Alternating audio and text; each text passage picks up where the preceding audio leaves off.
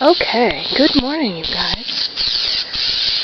I think I have a little bit of free time right now.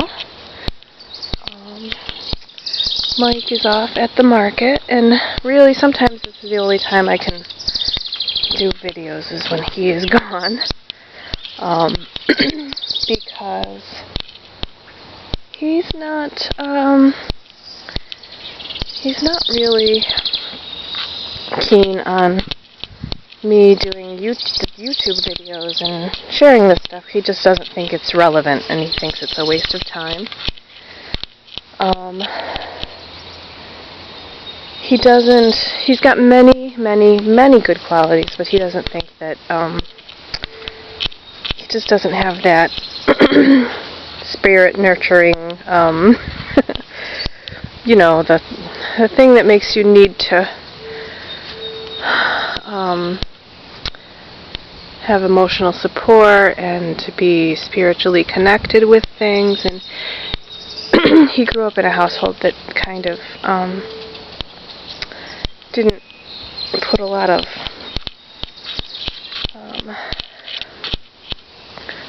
value on things like that, I think. So, but anyways, I've got a few minutes, so I thought I would share what I've done so far this year, which isn't according to my standards, because I always want to do a lot. I think we all do. So, growing food, growing my flowers for the craft shows and my little business. So here's the little plot that I usually do are growing. I have this is kind of the dried flower spot here. This is all going to be wheat that I'm going to cut, and at the very end over there I have status plants, and it's looking weedy, so I've got to weed that a little bit. On this side I have flax that I'm growing, and I cut that when it's like got little seed pods on it, so that's a good, like a filler for my wreaths and stuff. These huge mounds here, this is tansy. This grows a yellow flower, and this is really good stuff if you want to keep bugs away. It has a smell, like a really pungent smell. It smells good to me, but probably other people probably think it's stinky. This is something I've tried this year that I'm doing new, and I love black beans. So I am growing black turtle beans that I got from my friend Martha, that she grew from, I think she probably got them at Baker Creek last year, or when she saved the seeds and gave me some. So I'm going to have a lot this year. I still have to, because I sowed them really thick, so I think I'm going to take some of these out, because they will be too crowded. Even though this is an old hay bale, like a straw bale garden, that that totally decomposed, and now the dirt is so beautiful. And this is one of the gardens that I started probably 5 years ago, 6 years ago maybe, and I just started to put all my clippings and weeds, and I put the boards around it, or the old logs around it,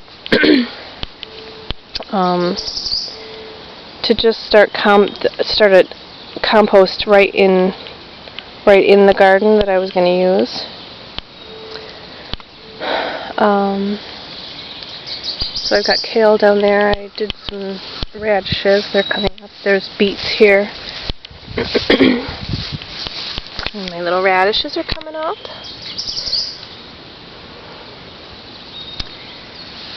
So, I like to have a little spot for the for the bees, the spiders, the whatever other critter that's beneficial. So I have left this little area here wild.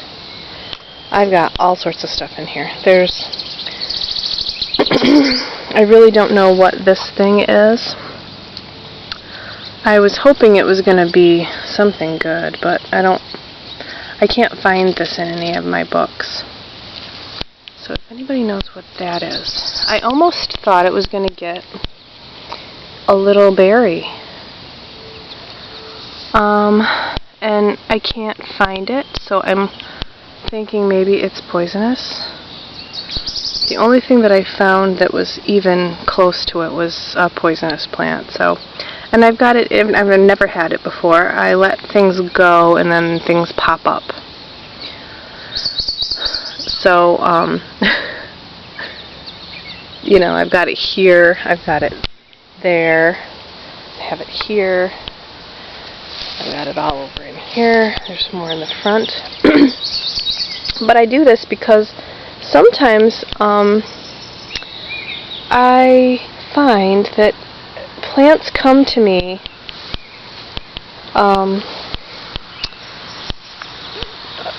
medicinal plants come to me at the time that I need them. So I let them come to me. This is teasel, and you can, without the flies in there, you would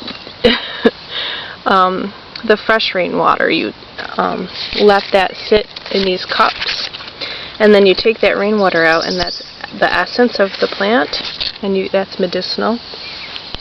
Probably not with the flies in it, but there's lots of things you can do with these plants that just kind of show up. So I let it happen.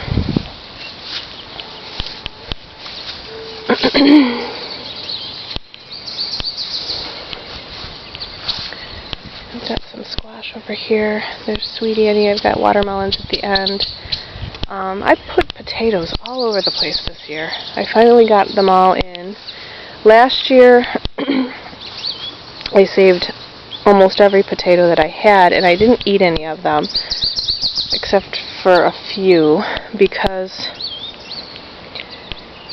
well, I don't know.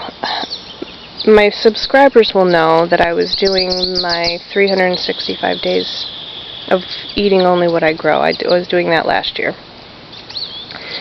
And I got so... it wasn't really physically sick. It's hard to explain. I went cold turkey and I shouldn't have. And I started detoxing so bad that it emotionally was just too much. So I had to stop. And so now I've been trying to do it slowly. And to tell you the truth, there was stuff going on, and I just couldn't keep up with the social media aspect of it and the blogging and all that stuff. There was too much on my plate at that time. So, and last year was such a bad year for the garden that I didn't have stuff that I should have had or that I needed to have. So, you know, it just wasn't the best year to start a project like that. I had just closed the store in July, and then I started this project, but just the season wasn't the right time. So, this garden I love. This is one of my beautiful gardens, and this is nature. I need to thin this out, but look at the color. The majority of this is Japanese red mustard, amaranth, and calendula. And look at how pretty the colors are. It's so green and so red. It's just beautiful. And then look at my garlic. My garlic is huge. I drive by other people's houses and I see their garlic in their garden, and I'm like, wow, Their garlic looks puny. This is an old straw bale spot. Broken down straw bales. So, well, I think Mike is home, so I'm going to end this video now. But I will continue. Again, I will show you more, and I'm going to cut my comfrey too soon and give it to the chickens for them to compost. So, I'll be back.